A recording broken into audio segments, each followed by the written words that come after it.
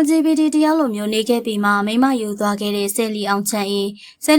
ကတော့ပရိသတ်တွေရှေ့မှာမြန်မာထမင်းဟင်းတွေကိုပြင်းစားပြရင်းနဲ့စကားပြောဆိုပါနှံ့မှုတွေကြောင့်ပရိသတ်တွေစီကအချစ်တွေကိုတခဲနဲ့သိမ့်ပိုက်ထားနိုင်ခဲ့သူတူဖြစ်ပါတယ်။သူ့အနေနဲ့ကတော့စူးစမ်းနေတဲ့အချိန်အတွင်းမှာ LGBT တရားလိုမျိုးပြုမှုနေထိုင်ခဲ့ပေမဲ့လည်းအခုချိန်မှာတော့မိမယူပြီးလက်မှတ်ထိုးမင်္ဂလာဆောင်သွားခဲ့ပြီဖြစ်ပါတယ်။တကယ်တမ်းမှာကျတော့အောင်ချမ်းအေးဟာဒီလိုမျိုးအချောက်ပုံစံနဲ့ပရိသတ်တွေစီချပြတဲ့အချိန်မှသာပို့ပြီးတော့အောင်မြင်ကြော်ကြားလာခဲ့တာဖြစ်လို့မိန်းကလေးတယောက်လိုမျိုးပဲဘလော့တွေရိုက်ရင်းနဲ့မြန်မာနိုင်ငံအနှံ့မှာဆိုင်များစွာကိုဖွင့်လှစ်ထားနိုင်ခဲ့သူတယောက်ဖြစ်ပါတယ်။ပရိသတ်တွေကတော့အခုလိုမျိုး LGBT အယောင်ဆောင်ပြီးမှမိမယူပြီးလက်မှတ်ထိုးသွားတာကတော့တက်အယုံသွင်းပြီးလှည့်စားသွားခဲ့တာလို့ပြောနေကြသလိုတချို့ကျတော့လည်းငကိုတွေကယောက်ျားတယောက်ဖြစ်တဲ့အောင်ချမ်းအေးဟောင်းယောက်ျားတယောက်ရဲ့လုပ်ရက်အတိုင်းလှုပ်ဆောင်သွားခဲ့တာဖြစ်လို့အချိန်တန်လို့မိမယူသွားတာပဲဆိုပြီးဝိုင်းပြောနေကြတာပဲဖြစ်ပါတယ်။ဘယ်လိုပဲဖြစ်ဖြစ်ပါလူမန်နီယာမန်ဖြစ်သွားခဲ့တဲ့သူတို့ရဲ့အိမ်ထောင်ရေးလေးအတွက်အားပေးစကားလေးတွေပြောပြသွားကြပါအောင်ရှင်။